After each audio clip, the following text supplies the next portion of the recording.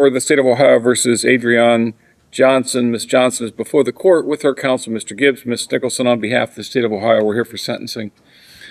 Has everyone had an opportunity to review the pre-sentence investigation? Yes, Your Honor. Ms. Nicholson, anything on behalf of the state? Your Honor, the state did reduce these from a felony of the second degree. This is not Ms. Johnson's first time participating in the conveyance of drugs into a prison. The court is aware of the facts of this case from her co-defendant's trial. She facilitated the transport into the institution of 51 grams of methamphetamine. We did reduce it out of that mandatory time, but we would ask the court to impose a 24-month prison sentence. It's my understanding she has 6 days of jail time credit, and there is a $35 reimbursement to the Ohio State Highway Patrol. All right, thank you. Anything from probation? Mr. Gibbs? Yes, Your Honor. Well, the prosecution has certainly laid out, and this court is well aware of the facts and charges of this case. I would briefly ask the court to take a closer look at the picture of who the defendant is as a person at this point. Ms. Johnson is 37 years old. She's a local of Cincinnati and grew up in the Mount Healthy area with her parents, 3 sisters, and 1 brother. She used to be a cheerleader and track player. One of her memorable moments from that period of time was graduating early from high school on the honor roll and actually meeting President George W. Bush in 2006 and receiving the Presidential Awareness Award. I would like to take a moment to note that many of her family members, as she is well aware that she is being incarcerated today, she purposefully requested several of her family members not to attend just to have that be kind of a traumatic thing. That's certainly not a lack of love and connection, and I have received numerous correspondences from mother, godmother, and aunt and her son concerning that. I just want to note their absence. Her uncle and father are present.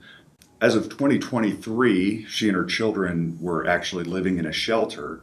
During that difficult time came through, and as of more recently, prior to this case, had obtained a townhome. She has 2 sons.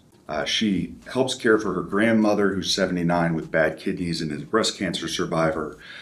She also helps her niece Riley, who has severe mental delayment and mental processes.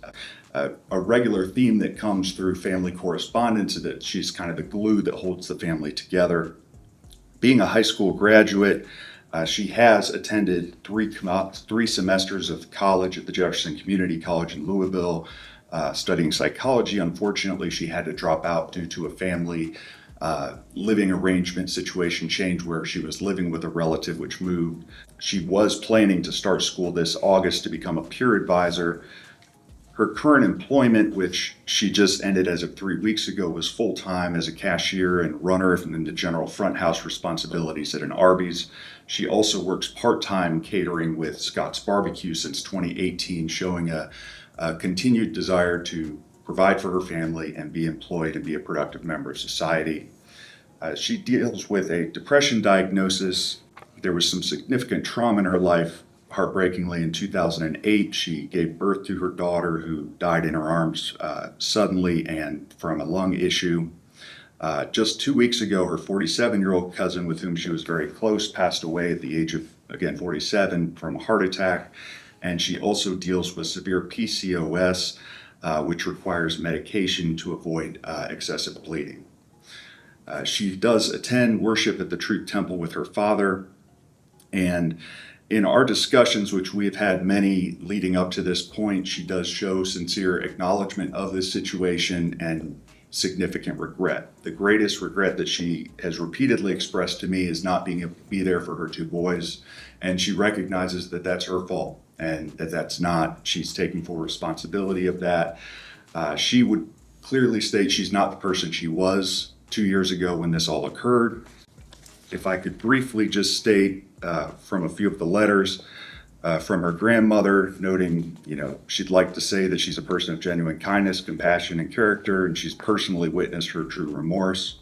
Her son, Demarius, states that his mother always encourages me, gives me advice, and reminds me to keep going. Everything she does comes from a place of love. I truly appreciate the sacrifices she has made to give me the opportunities and help succeed. And then finally, her grandmother states, I'm fully aware of her history, that this is the second time she's facing incarceration and seriousness. I do not take past or present mistakes lightly. However, I'm asking this because I've been firsthand witness to the remarkable, responsible, dedicated woman she's been over these last 9 years, working hard and resiliently for her family. And then finally, from her mother, I hope to provide insight into her character and the effort she's made to build a better life. Since her mistakes, my daughter's worked hard to change the direction of her life. She's secured steady employment, maintained that responsibility, demonstrating reliability and a strong work ethic. She's also established a stable home where she's raising her 2 teenage sons. Providing for them and being a positive presence in their life has been her highest priority. Appropriate sentence, we respectfully ask the court to consider the 9-month sentence, given all of these factors today. Thank you, Mr. Gibbs. Ms. Johnson, is there anything you'd like to say? I just want to say that I'm aware of my actions and I apologize, and I just pray that everything works out the correct way in the justice system today.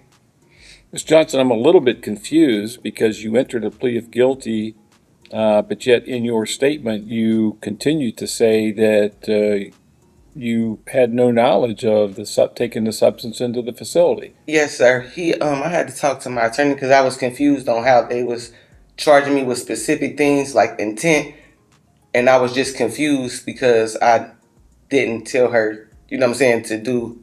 No, but things. certainly the messages between you and Mr. Carney clearly established that you were involved and knew what was going on. Do you deny that? If I could elaborate one thing, Your Honor, briefly, because we've had many discussions on this. As we went through the discovery and evaluated her case, obviously a large component of the prosecution's case against her is the testimony of the co-conspirator. Well, I disagree with that. I sat through Mr. Carney's jury trial. I heard Ms. Carney testify at that trial. Mr. Carney came up here and he testified and gave some goofy story that didn't make any sense at all. But the messages between you and Mr. Carney clearly established that you knew what was going on and you were part of this. You were up to your neck in this. And the other part of that is the second time you've done it. I mean, you basically tried to explain this away as you were just giving a friend an old friend a ride to see her father in prison. She apparently tried to take a substance into the facility. Not apparently, she did. She took it in. I had no knowledge of her doing so. You gave her an old bag of Flaming hot Cheetos. That clearly was not Flaming Hot Cheetos because the bag was opened and it had something else in it. I'm just kind of confused. And then there was even, I believe there was a follow-up after she dropped it off in the prison. There was a follow-up call or text between Mr. Carney and her. Wasn't there something? I know that Miss Carney confirmed that he had, But that was after the fact. But there were certainly. So I'm going to give you an opportunity to try to explain those facts away. No, like I said, he explained everything to me in detail, so I'm not denying anything. Like after that, me and my attorney have talked several times since the PSI, and he went into detail with everything. Like I said, the last attorney didn't explain a lot of stuff. It was some pages that I didn't get in it that he did give me. To show why the charges were filed. And like I said, today I take accountability, and that's all. All right, anything else you want me to know? No. All right, the court's considered the statements made here today, the purposes and the principles of sentencing, the relevant seriousness and recidivism factors. Ms. Johnson, I have to tell you, we have a problem in our state, in our country, with people who are incarcerated getting illegal drugs. And this is the number one way that it happens, is that they're brought in from the outside by a family member or a friend through a visit. And it's got to stop. The other problem is that this isn't your first time. You've done this before. You've done this exact same thing before. So while you're having any communication with anyone in the Department of Corrections, I believe that ODRC has you red flagged, so you probably will never be permitted, but that's between you and them.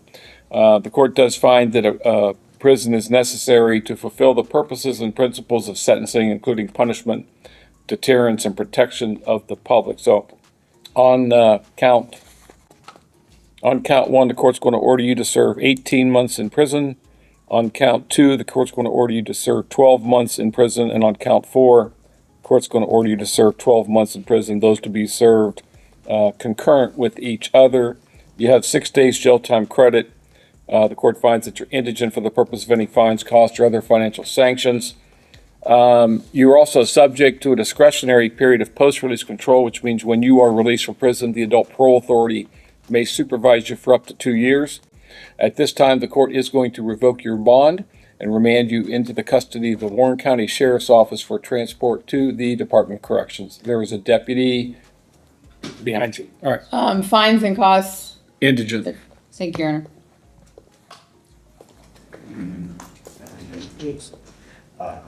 Yes, and yes, medication. Just don't tell.